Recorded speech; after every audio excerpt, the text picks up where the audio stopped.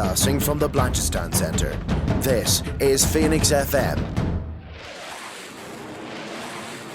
This is 92.5 Phoenix FM, community radio for Dublin 15.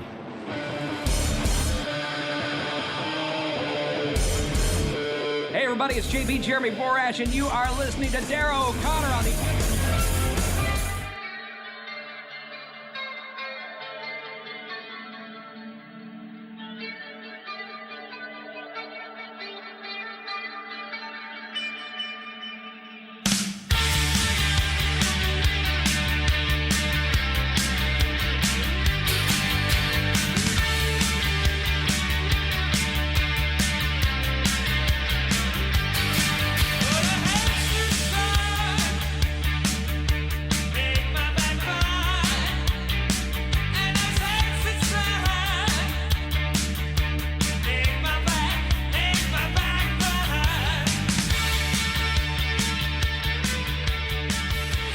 Yeah, fortunately, fingers crossed, I'm in a part of the country that hasn't been hit too hard, at least my particular county, but it's only a matter of time. So everyone out there, stay safe. You have nothing better to do than sit inside and watch us talk nonsense about wrestling. So do it.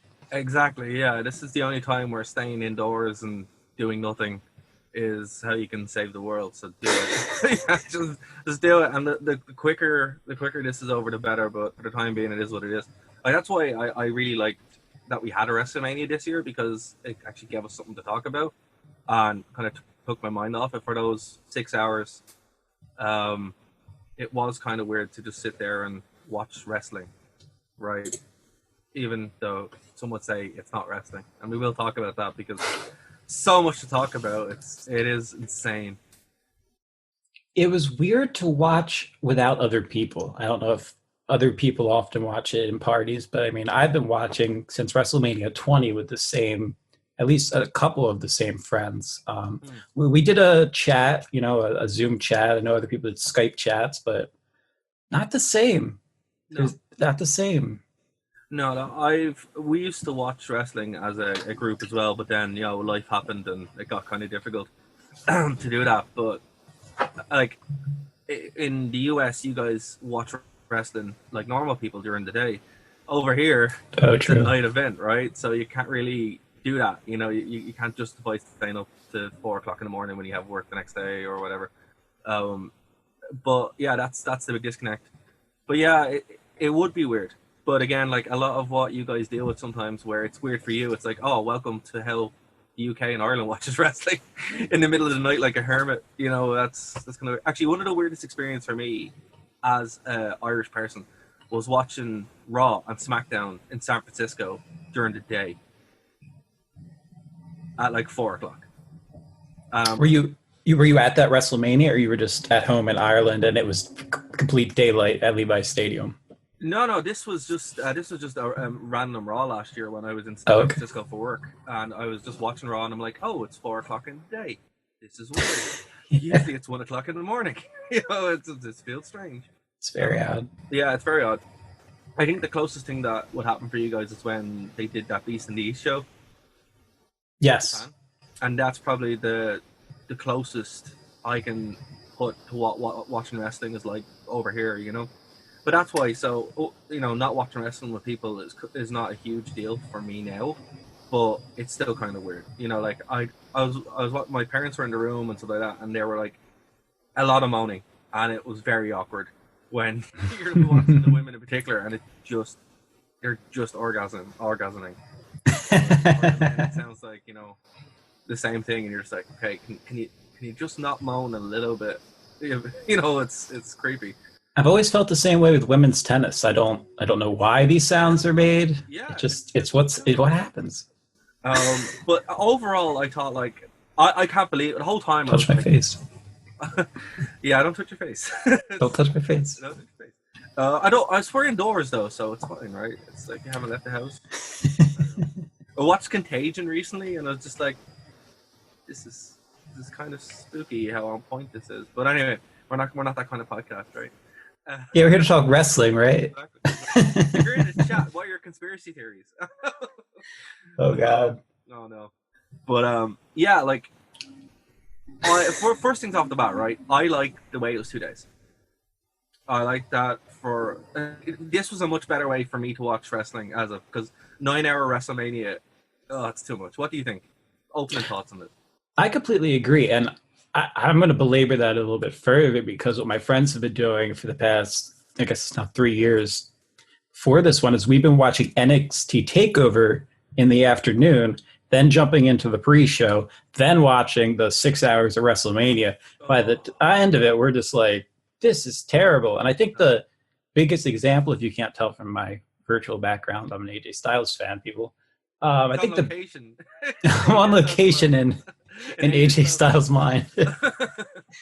But I think the greatest example of that was AJ Styles versus Shinsuke Nakamura at WrestleMania. Yeah. It was just at a time when the crowd was so burnt out. Yeah, exactly. Was the match good? It might have been, but there was no energy to be had. So I think this was much better. I agree with you. Also, with the empty... Yeah, I got you. Well, we have to get adjusted to the weird delay. With the 2 days being separate, Saturday night gave us a chance to get acclimated to what WrestleMania would feel like with no crowd. And by Sunday night, I was bought in. Yeah. So I felt like it was a stronger show. I don't know if it actually was, but I think I was more acclimated to that type of environment. I thought the first night was better, and I think they did that on purpose to kind of get people, as you said, used to it. And then by the second night, you're like, okay, this is how it is. And then you were kind of direct to do like slower matches. I thought that was really clever. But I don't know if you were watching the empty arena show, SmackDown, Raw's leading up to it. Because, the first night was weird, and then you're kind of like, right, this is just how it is. So it was less of an adjustment for me personally, but it was still very strange. Still very strange to see. Watch snippets, but I couldn't find myself getting too much into it. They needed time to figure out how to make it work, I think. Yeah, and I think they did. I think it was one of those kind of things where they knew, right, we have to get this to a certain level so it doesn't look like the Performance Center. And that's not a knock at the Performance Center, but, it's not WrestleMania for a lot of people. It's not Raw or SmackDown for a lot of people. But one of the things that I've seen online, and I think it's very unfair, is people saying, oh, this wasn't WrestleMania. And it's like, well, what was it? It's like, oh, well, didn't have the spectacle. I'm like, you got two of the craziest matches in history. Yeah. People will be talking about for generations. If that's not WrestleMania, then I don't know what is. WrestleMania, for me, going into this show, I will agree with them that was my number one concern. I feel like the spectacle is what draws you in. It's exactly. I'm a pyro guy. I love seeing the fireworks and all the craziness. But what it really is those WrestleMania moments that you remember. Kevin Owens jumping off of the sign and literally saying, how's this for a WrestleMania moment? And then obviously the two matches that you alluded to are ones we will be talking about forever. So, I mean, how can you complain at a time when there is no other cohesive live entertainment?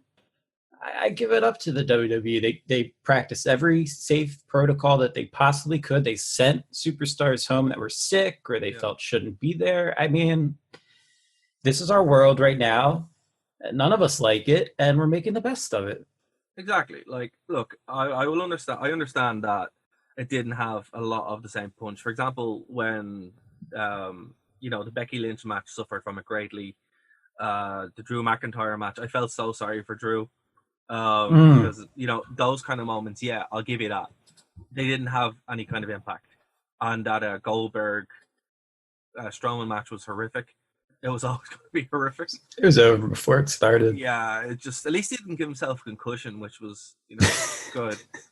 But like watching those matches, which were just straight wrestling matches, I think that was a bad idea. And they knew that. They were like, look, we have to have a few of these. And I think that's why when it went with The Undertaker and went with Bray Wyatt, they're like, well, we know this is going to be bad. So why don't we just give them something different? And I think that was really clever because we got the best of what people wanted, right? Which was like, you had your wrestling matches and they were flat. And then we had something completely different. That wasn't. Like, look, my thing is, would AJ Styles versus The Undertaker, and we'll start there, would AJ Styles and Undertaker have been better as a straight wrestling match? Do you think? My heart wants to say yes, but I think I'm still in that afterglow of what I saw. Yeah. And it was so unique that I don't know if it would have stood out from the rest of the matches as much. Yeah, I mean, can we just focus on the fact that AJ Styles got to main event a night of WrestleMania? That's a reality. Not only that, AJ Styles in a Jeremy Borash produced segment. Yes. Right? Yes. Talk about an impact. Which is like, wow, this is huge, right? And it really felt like, for the first time in years, it felt like a WrestleMania main event. Even though it was so far away from what we thought a WrestleMania main event should be, that it's a game changer. And it is one of those kind of massive moments. I think they could have had a great singles match. I do think that both those guys could have pulled it out, but AJ would have had to do a lot of covering for the Taker. Absolutely. I mean, we've seen that in his recent matches. And I hate even to say this, but AJ doesn't even have the same hop in his step that he did in 2017. No. So I like this. It was so unique. It was so different. Everybody knew there were rumors, oh, they're using a different set. They're doing something different, but having background music, and I know you must have been going crazy for the Metallica. Oh man, I loved it. I loved it. American Badass back. Actually, for the first bit of it, I was like, wait, is that Metallica? That's weird. And I was just like, okay, cool, we're in, you know. It was completely from the get-go, it was just completely just changing what we thought was going to happen, which for the first time we don't get that, right? Usually the big complaint is, oh, WWE don't want to take risks. They do the same thing over and over again. And it's like, now this is, for the first time, it's like, well, they're really trying. They're really pushing the boat out here. They had to. I mean, the amount, don't touch my face. The amount of revenue lost by, the amount of revenue the company lost by not having that live gate, by not having all their vendors, the WWE access, all of that. You got to compensate with that somehow, and having it in a small arena is really the only viable option, not just for safety, but for somehow managing the bottom line during what is generally the strongest quarters earning for the company. Yeah. Hopefully there was a boost to the network. I'm not sure. We'll just have to wait and see, but I don't know what they could have done differently. There were only a handful of matches that I didn't enjoy. Yeah, like, you know, the straight wrestling matches were the weak point. Yeah. And the big WrestleMania moments weren't there. Like, again, I was watching Drew and I'm like, this is so sad. This is so sad because, you know, I've followed his career for years. You know, obviously over this part of the world he's huge as well. And it didn't have that feeling. But again, it was just like, well, what could they have done? You know, I thought the ladder match was really decent, even though that was inside an empty arena. I think a lot of the matches, they use the empty arena stuff to their advantage as well. And I would even say that WWE, they've been given a couple of things here which they could do. They could do an empty arena show every year, like just as a show, which would be kind of cool, which is on the table now. And It's definitely on the table now if it wasn't before. And before we jump past that ladder match, for sure. I got to point something out, and that is the amount of adrenaline and crowd rush that you get from an audience is really what gets you through these matches. I could relate it to a stand-up comedian. You have to feed off your laughs and stuff that you get from the crowd, or I'm a juggler, and you know you got to feed off of what that is. For a wrestler, to throw yourself through steel objects or wood painted to look like steel, whatever, to throw yourself through steel objects without that adrenaline rush that you're getting from that support. I mean, I take my hats off to that guy. All three of them really went out of their way. They did some unique stuff, and really just a tiny little arena for Rob Gronkowski and the biggest push of his life, Mojo Rawley. I mean, yeah, it was amazing. It was just like, you know, fair play, guys. I can only imagine what this is like. It's, you know, as you said, you know, you're a juggler, I play gigs. You know, we probably both played shows in front of like 2 people. It's not the same when you're playing in front of like 100, 200, 300 people. It's totally different. But we have a question in the chat, actually. Dave, who are your 3 favorite superstars of all time? Of all time? Yeah. Oh my goodness. Wow, put on the spot. Yeah, right. Shout out to you. Thanks for that. Yeah. Well, yeah, I think AJ Styles. Yeah, that gets Gosh, Probably Cena. I've always been a big Cena mark. That was certainly reignited last night. I marked out a fair bit actually as well. We'll talk about that. And Paul London. Unique choices, Dave. Unique choices. Paul London. Yeah, I'm gonna go with Punk, even though what he did, like grassing out his best friend, which was not good. Taker, because obviously it's the Undertaker, and Triple H, because everyone knows I love Triple H, and that's just it, right? You know what? I'm gonna. You bring up a good point. I have to substitute in just because I watched him in the gym from day one. I'm gonna substitute in the love of my life, Paul London, for Ricochet. Because he's a guy that he's my age. I used to go and he's local to my area. I used to see him wrestle in front of 20 people when he was scrawny, didn't have all these muscles. So I think it's been unique following his journey, and I relate to him in that way. I've had opportunities to talk with him at those shows, and that was cool. London's, he made his choices in life, but I guess if I'm talking about as a wrestler, I'd have to put Ricochet a little higher up there. So basically, I like small, flippy guys, and also John Cena.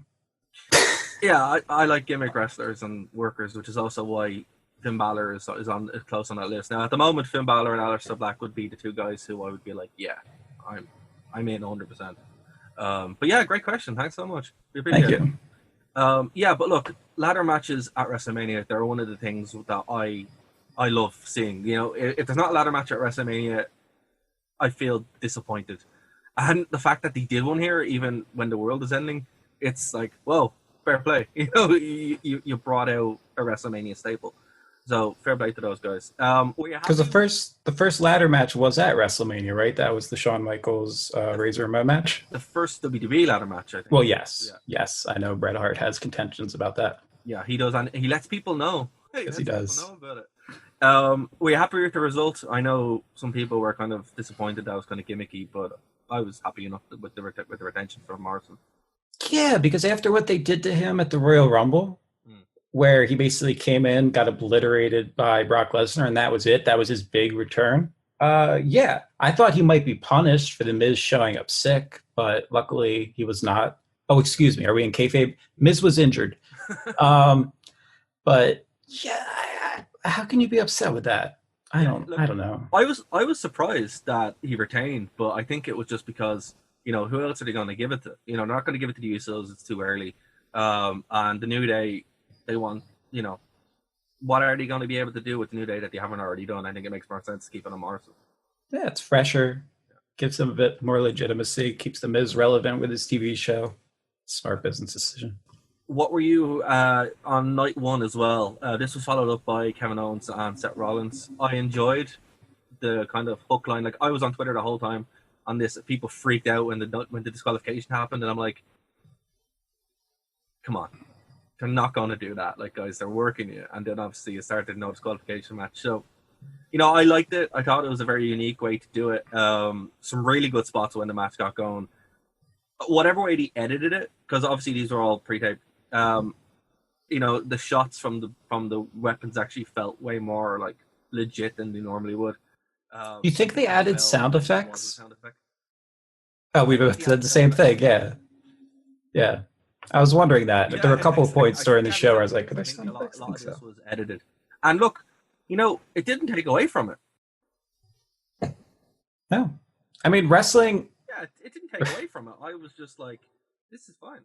Yeah, I don't understand the complaints. I'm already suspending my disbelief that anybody has a chance to wrestle Brock Lesnar. So, I mean, what's the big deal if you added some sound effects or you do some kooky gimmick? I mean, that's the point. It's surrealism. It's an escape. It's art. It's performance art is what it is. I mean, come on, guys, go watch MMA if that's what you want. But yeah, this is our soap opera, and this is why we love it.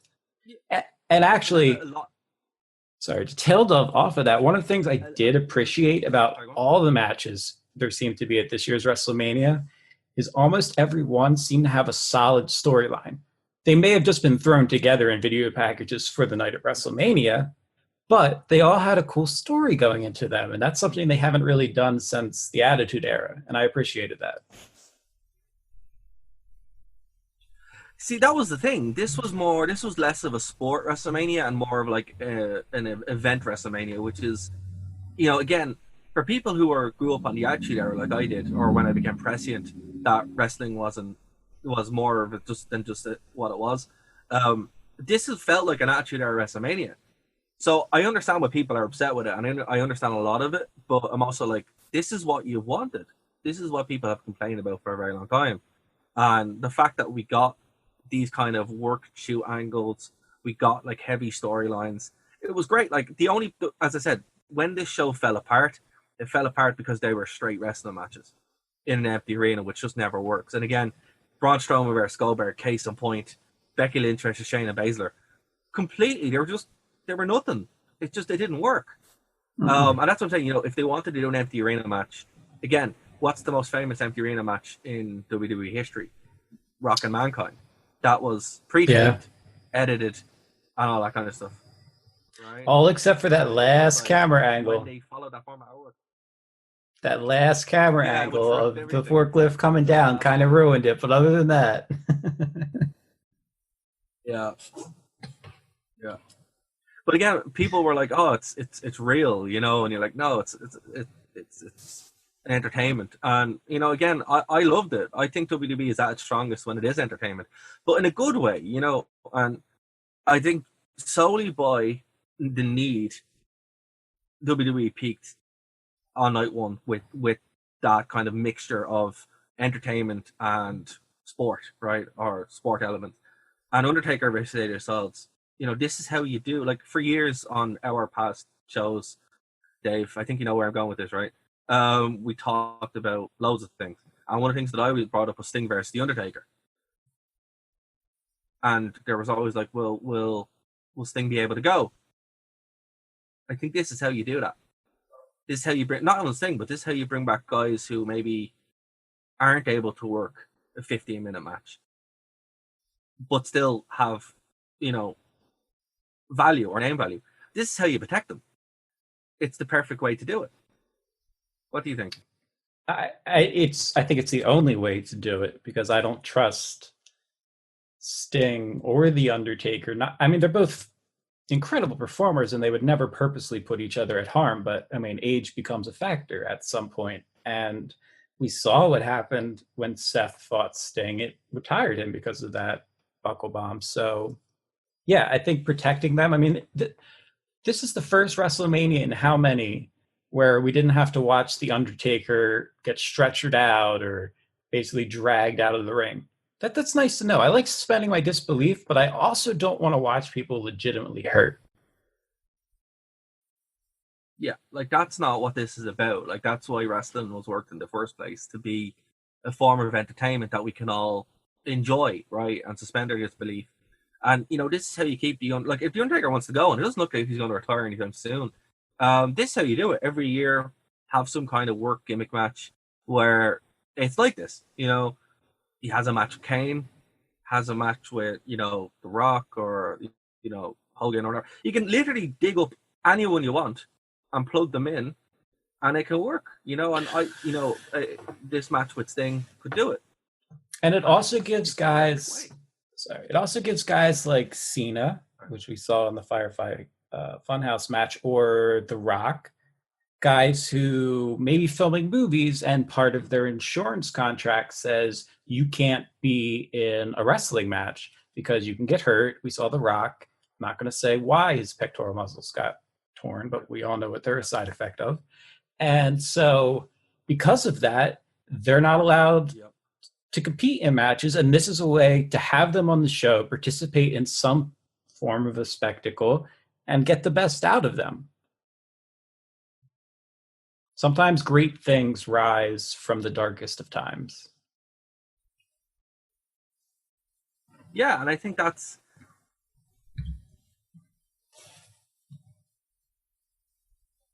And look, WWE has been comfortable for so long, and that's one of the big criticisms of WWE, where they're like, hey, they're sitting in passive mode.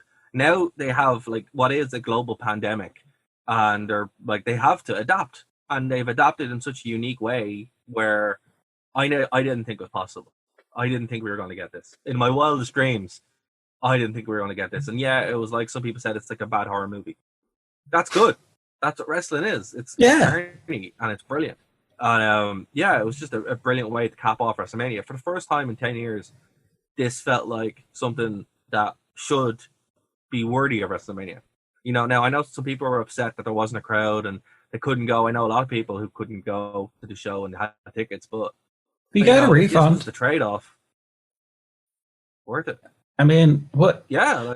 It's not like it was the WWE's decision. It was the government's decision. They said, you know, I mean, the WWE announced that they were canceling it, but had they not, the government was saying, we're not going to allow you, you know, into this arena. I lost Derek, but hopefully you can all still hear me. Yeah, we're back. So the point is that, you know, you got to make the best of it. And I understand people being disappointed. Should we have postponed it? No.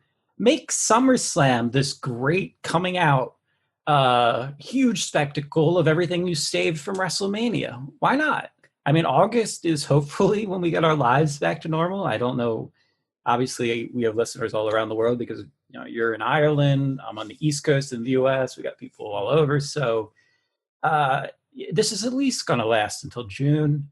August, right around the corner from that. I hope we're back to our regular way of life, and let's celebrate that with the grandest party of the summer. You know, whatever Summerfest is called nowadays. Shout out Jeremy. Yeah, exactly. Pittman. Like, you know, and it was just look, but even if we get this and just this, at least it is something that was worthwhile, right? And again, opened up with different things. But man, I don't know what's going to happen now after this. Like, there's 2 different tapings. So we have SmackDown, Raw, and NXT tape this week. After this week, I don't know what we're going to talk about next week, but we'll cross that bridge when we get to it. Night 2, as you said, they set the table with everything here, so we kind of knew what to expect. How do you think night 2 compared to night 1? I think it goes back to what I said at the beginning. I was more acclimated to it. So I enjoyed it more. I don't necessarily know that the wrestling was better. I thought the end of the card was pretty much a major dud. The Street Profits match and the whatever match was after that one is now I'm blanking out. Oh, the Bailey match. Those 2 matches, they did nothing for me whatsoever. It was bad. I had to go back. I'm going to be completely honest. I fell asleep, had to go back and watch them this morning so that in case they came up, I could comment on them. And I woke up for the Firefly Funhouse match, and that brought me right back into it. So, you know, it was, I don't know what it was. I don't know if I was burnout or what, but they just did not keep my attention at all. And they were the straight wrestling matches like we talked about. Yeah. I agree. Like, that's the thing. Anything straight wrestling, it loses. I think wrestling in the ring needs a crowd. Wrestling, like, you know, that's it. In the squared circle, they need a crowd. Without a crowd, it's just not going to work. And it doesn't. That's proven. So you do other things around it. I thought the last man standing match, they did the best they could. It was way too long. It was 20 minutes too long. You know, there was no reason for that to go 40 minutes. Really, oh wow, that was 40. Maybe that's why I was so burnt out. Yeah, that's what happened. It was 40 minutes, and oh my gosh, I was watching it. And I'm like, why is this? And the worst part about it is that was pre-taped, edited, and they still did it. So people sat down and said, you know what, we need 40 minutes of this. They could have cut out an entire room or something. Yeah, I see what you're saying. But I will say that was one of my favorite matches of the night. I enjoyed it. It was reminded me of playing the old video games where you go into the back room areas and you actually get to utilize the objects. And they did unique things. I love when you went to the conference room. I said this was an Attitude Era pay-per-view.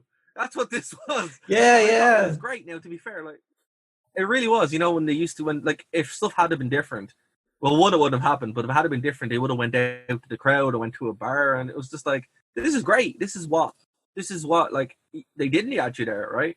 But again, like 40 minutes is 40 minutes. That is long. That's why we were all kind of burned out.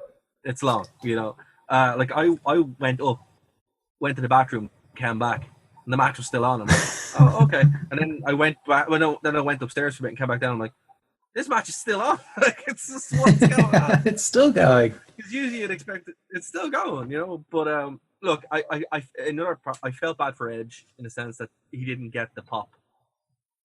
He got a huge pop at the Rumble, though. Yeah, but it's for a single match pop, you don't get True. that back. So I did kind of feel bad for him there. But I mean, more than I don't know how bad I feel for them because they're still getting my money. I'm still paying them to wrestle, so I don't feel super duper bad that he didn't get a lot of cheers. I'm sure that's not going to make that big of a difference at the end of the day. I will say, well, two things, because you mentioned something being long. And if we're talking about long, how about the size of that conference table? In the Performance Center of all places. Why do they need a conference table that big? Right? That was absurd. I was thinking the same thing. I'm like, who are they interviewing? Are all the roster there at all times? Is that what's going on? Because that's what it felt like. No wonder Vince is so intimidating. Yeah, but like, who's sitting there all the time? Triple H is sitting there. It's like, why do you need this? Like, this just seems ridiculous. But look, it worked. I think a lot of that stuff could have just been added to pad stuff out a bit. But yeah, if anything felt tacked on, that kind of felt tacked on. It felt like it wasn't like a real part of the Performance Center. I did have to give props. Oh, sorry. I did have to give props to Edge, though, for his athletic ability. Some of those swinging dives that he did, I did not know he was capable of doing. Where he would like pull up on the handlebars. You know what I'm talking about? You might have been not. This might have been when you left the room. But like Orton would be laying down on a table, and he would like do like a pull up and swing his body back and forth, and then fall down with all his weight for like an elbow drop. And that really impressed me. That's not a physically easy maneuver to pull off. So I thought Edge gave it his all. I think like Edge is in the best shape of his life now at like nearly 50. So fair play. That's great. It seemed like he was really in, and Randy Orton was great too. Orton can be kind of 50-50, but he really went out there and was like, this is the match that we're going to have, and they did, and it was very, very good. It was very, very decent. Very long, and it burned out. I think that, as you said, the matches after it, there was that kind of burnout that I definitely felt too while watching it. But small price to pay. I think the right result happened though with the Street Profit match, and also with the women's championship. On the SmackDown Women's Championship, I was kind of glad to see Bayley work out, but I think, Dave, we need to talk about what everyone is expecting us to talk about, which is Otis versus Dolph Ziggler. Yeah. Well, let's touch on that. That built out quite well. Actually, yeah. Like, really, it was done very well. I wasn't expecting to enjoy that match as much as I was. Even on the build-up with the whole, I think they're bringing back Solomon Crowe to do the hacker gimmick. That was like 3 years ago. Right. But yeah, look, that's that. I saw a bunch of ridiculous articles actually online. One of them naming your boy Ricochet as like the hacker gimmick. I'm like, what? That makes no sense. But yeah, it looks like it's Solomon Crowe that's coming back. But he was a little skinny, but it could have been. Well, first of all, sorry for audience for subverting your expectations, Ryan Johnson Last Jedi style, because I know where you thought we were going with this topic, but I did want to talk about Otis because I love the story, and it's been a while since we really got that wrestler fights another wrestler for the female manager love interest storyline, which I don't know, I guess in today's modern era some people take as whatever, you guys know what I mean. I don't need to spell it out. But I enjoyed it because it harkened back to, Hogan and Macho Man and Miss Elizabeth and those types of things. And who wouldn't want to fight over Mandy, honestly? I mean, sign me up. Yeah, like, as I said this was an Attitude Era angle. Yeah. And I love Dolph. Yeah, Miss Elizabeth and stuff like that as well. Yeah, Dolph had he screamed Bullet Club Young Bucks to me with his bandana, his mannerisms. I don't know if that was and playing towards that or whatever, but he definitely seemed to be going with that vibe, which I found very interesting. Very interesting. Yeah. Also, one of the best people you can follow on Twitter, follow Dolph, nickname it on Twitter. It's absolutely hilarious. During WrestleMania, he just came out with some of the best one-liners of the whole night. Like, I was just cracking up every time. But yeah, it was definitely interesting. You know, he really doesn't like Goldberg. He really does not like Goldberg, like in real life, which is funny. But also, during this match, it was pretty entertaining to watch him tweet. But yeah, look, I really enjoyed this. I thought the oldest thing they've been building up for months. It was one of the best built matches on the whole card. So to get that kind of payoff, but again, him getting the girl, him getting Mandy, it would have been better with the crowd. But obviously, it was what it was. You know, it's just what it was. Alistair Black and Bobby Lashley. Before we go, very disappointing because they did nothing, and it gave Alistair a win, and that was it. So, yeah, I don't. How long have they been doing Bobby Lashley in pants? Has that been going on for a while, and I haven't been paying attention, or? I think this just happened, but Bobby Lashley's weird, man. Like, that was awful. I did interview him a couple of years ago where he was the world champion in TNA and just talked about golf for 20 minutes. So maybe this is yeah, seriously. Yeah, he talked about nothing else but how much he loves golf. So maybe this is just the mood he was in when they were taping. It's a very odd look. I don't know. I don't know. It was very, very odd to me. Wrestlers change. My question is, does he carry it on now? Or is this just his thing? But I guess we'll find out during the next SmackDown or Raw taping when he just shows Please up. don't. I'm waiting for him to come up. Please don't. I'm waiting for him to come out as the new Kerwin White, you know, as his gimmick, where he's like, I just love golf, and it's like, yeah, this is just him. You know the way the Undertaker likes to be a biker because that's just who he is in real life. I think eventually when Bobby Lashley gets famous enough, he'll just be Kerwin White, but just be the golfer. Just be the golfer, yeah. That's what he wants to do. Okay, well, let's actually talk about The Fiend versus John Cena. So hold on, before we talk about it, what was your expectation of this? I'll tell you, after watching the Boneyard match, I had very high expectations for this because now I knew, because this was the other match that I had heard rumor was shot on a completely different set. And I said, okay, they're going to do something different. I thought it would take place in like the set of Bray Wyatt's house. No, this. Oh, it blew my mind. This was not a wrestling match. This was a psychology match. They took you through every failing, every self-esteem issue that John Cena has been throughout his entire career, from debuting with the prototype gimmick and not really getting over, to failing as a bodybuilder, to his rap career not going well, to not getting along with the fans when he returned. And then when he finally tried to embrace that and give in and say, no, I'm over this, and he takes a chair shot at Bray and he breaks character, that's when Bray wins. And I was blown away by the psychology that went into it. I loved it. Like, they apparently shot this on the set of the warehouse, the WWE warehouse, which explains why they had all the props. Yeah, including SmackDown Fist. Where once I saw it, I was like, oh my god, the SmackDown Fist! This is fantastic.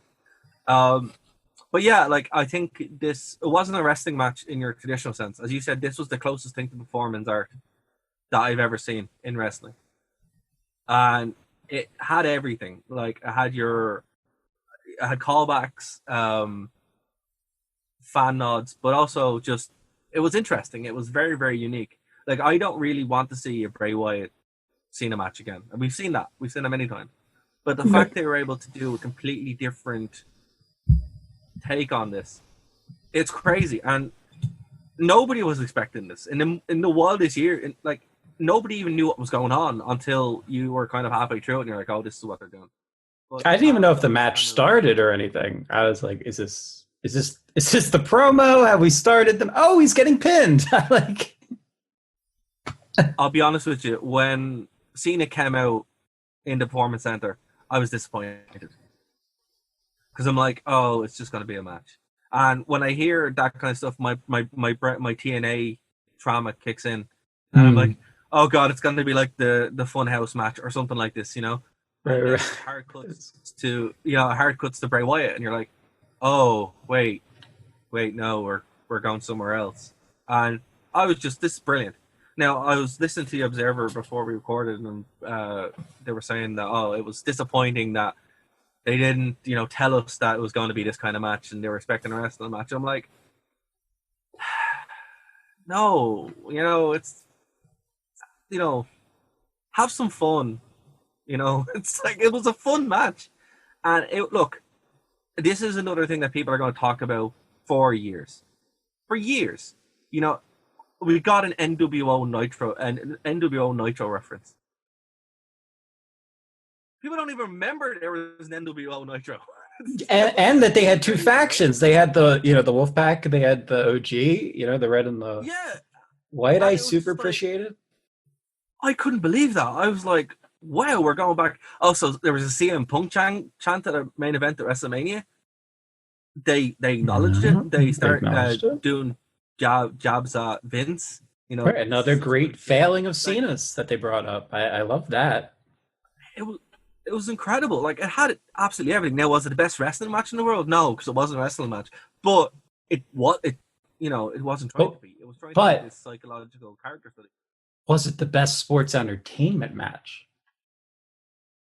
Exactly. I would say, yeah. And I'm not even going to comment on what those other guys said, because I don't care. I don't listen to other people's opinions. I form my own. And I especially when I know I'm going to be doing a show and talking about things, I don't want that. It's the same way when I used to recap Raw and do shows on that. If I read other people's writings, I don't want that to influence my own opinions. So I just push it to the side. That's fair. Whatever. Sorry, this isn't what you wanted. How about you be happy you got anything in the first place? Like, you're not fooling us that you weren't going to watch it. So whatever. Grow up. Yeah. You're 70 years old. Grow up. But when I hear that, right, when I hear that kind of talk on it, I'm like, if it had just been an empty arena match, a straight wrestling match, that would have been boring. That would have been terrible. Doing this is unlike anything that we have ever got. And it's also like the whole Matt Hardy thing that they were trying to do, where they, where they had these kind of cinematic matches. It was, they've been building for a while, and they finally figured out how to do it. Like, we had this Bray Wyatt Fiend thing. This is what they've wanted to do from the beginning, and it failed in Hell in a Cell because it was shot live and it was a match. They figured out how to do it purely by accident or just by necessity. And also, one thing I do have to say, if you play 2K20, they predict this. They predict a lot of this just by how crazy that, literally. Really? I've been streaming it because I couldn't believe it. Yeah, the actual my player career mode, you fight the Undertaker in hell for some reason. Bray Wyatt shows up and you fight him in a haunted house, and it's they went crazy because that is a broken game, but they decided to throw in a crazy career mode to make up for it, right? And I'm just like, the same thing happened there. Necessity is the mother of invention. But also, there's a hell of a lot of empty arena matches in 2K20 for some reason. Maybe they were predicting the future, like you're saying. Maybe they saw it coming. Yeah, I don't know. Or conspiracies. Or maybe they're just capitalizing on great ideas from other mediums, because why shouldn't you in this instance? That match is going to stick with me for a really long time, I think. That and the Boneyard match. But it surpassed the Boneyard match. I didn't even think that was possible, because I'm such a mark for this dude. I didn't think I'd be able to, but they blew me away. And I've harked on the different aspects of the psychology behind it, but it was one thing that I thought was really clever, and there's no way they could have planned this out. I guess they did, and they were just going to use it in the promo, and it just kind of worked out. But Bray using the exact same line that Kurt Angle did to call out Cena for his debut performance, that was brilliant. When's the last time WWE has even put those segments into motion? It's been years since they've booked that far in advance. So that Also, blew my mind. but also him being Eric Bischoff Yes. and reacting that, like, that's crazy. Like, what? Never does WWE even acknowledge that WCW was a thing. Never mind reenacting it. It's incredible. Like, this was amazing. This was the best thing I've ever seen in wrestling in my life. It's just because they actually managed to completely break the mold and it not be terrible. TNA have tried this and it was awful. WWE have tried it and it's awful. They just figured out, hey, if we just give this time and let the guys do it, because I know obviously Cena and Bray can do what they want, and this is what they want to do, and it's spectacular. They took two guys with great character and let me play devil's advocate or corporate advocate, because what's really the difference, for a moment here. At the very least, what this match did to people who maybe signed up for their free month of the WWE Network, they showed you every era basically of wrestling that these guys have been in, that other guys have been in. So maybe it'll keep your attention. You'll sign up for another month to go, hey, what is that whole NWO thing? I'm going to go check out episodes. I've never heard of Nitro. I'll check that out. Oh, early SmackDown. Yeah, Cena used to look like that. What's this rapping? It was not only a great sports entertainment match, a great psychology lesson, it was also great advertising. It was a fantastic commercial. And I can't believe WWE have, in the age of like connected universes, WWE by purchase have one of the largest connected universes that exists. And to do these kind of matches, you can actually put yourself in these elements without them being lame, like they would in other WWE video games. Where you have like the NWO gets back together and evades, and it always comes off kind of hammy. This didn't, because it's like, well, it's not real. It's a psychological journey, which is insane when you think about it. But look, it's absolutely insane. It's insane when you think That's about it. why I loved it. Oh yeah, but look, the Undertaker's an undead wizard. So he teleported. Taker teleported, for crying out loud. Exactly. Yeah, look, we have precedent for this. So if the Undertaker can do that, why can't Bray Wyatt invoke a psychological exploration through? And if you look at it, right, did you notice what was written on the door before the way into the funhouse? All ye who enter here shall perish, or something like that. Abandon all hope, ye who exit here, but it's supposed to be who enter here. That's from Dante's Inferno. Oh, right. Oh, that's brilliant. And Dante's Inferno is a journey through hell. Right, the seven state. Were there seven different Cenas? No, but like there were different levels. So there's 9 levels of hell. And that's what they were doing. Bray Wyatt was guiding him through his lowest moments, and that was the story they were trying to tell. I was just wondering now, taking it to that point, if there were 7 different aspects of Cena that we saw to go along with that motif. Because that could have been. That 20,000 stars. Like Mario just gained 1,000 extra lives. Thank you for listening to a Nerd to Know Media production. But see, and I think people are missing it. It's like they literally told you what they were going to do, and if you weren't putting that together, that's on you.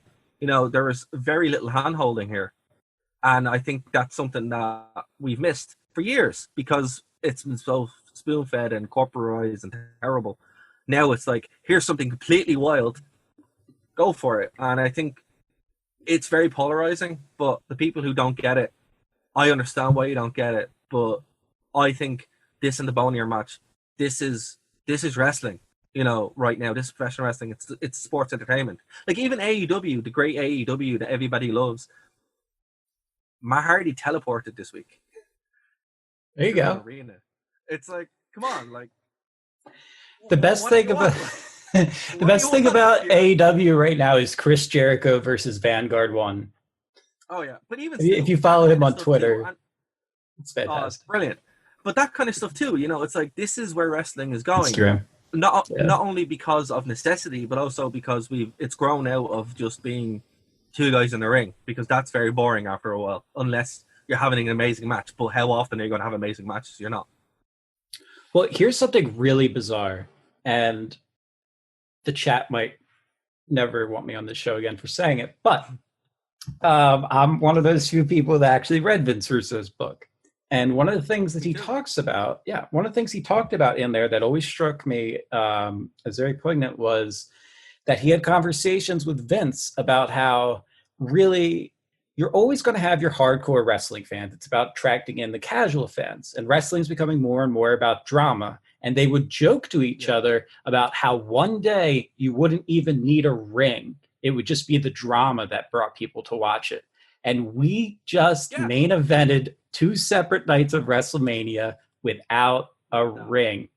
Vince Russo was right. And those are the matches we're ecstatic about. But that's the thing.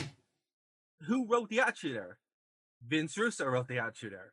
Yep. And this is it. We're back. We've looked around. Yeah. And leading into this, it's like, this is how you do it. This is the magic that was missing for so long. So look, we've reached our time, but Dave, we could talk about this all night. We're not going to. But thanks so much for joining us, dude. I'm ecstatic that you're a host on this show. Really absolutely. So I look forward to doing it again. Why not? We have to find out how we're going to do this. What's going to happen next week or two, but look, we have the network, so we might even go back and have a look at some classic shows. There you go. In the meantime, I'm gonna cheap plugs. Can I cheap plug myself? Yeah, go for it. Yeah. Go for it. Don't worry about Twitter. I never post there, but follow my Instagram, the Dave Stevens, spelled the same way it is on my little name card there. Just Dave instead of David. The Dave Stevens. It's mostly videos of me juggling, but hey.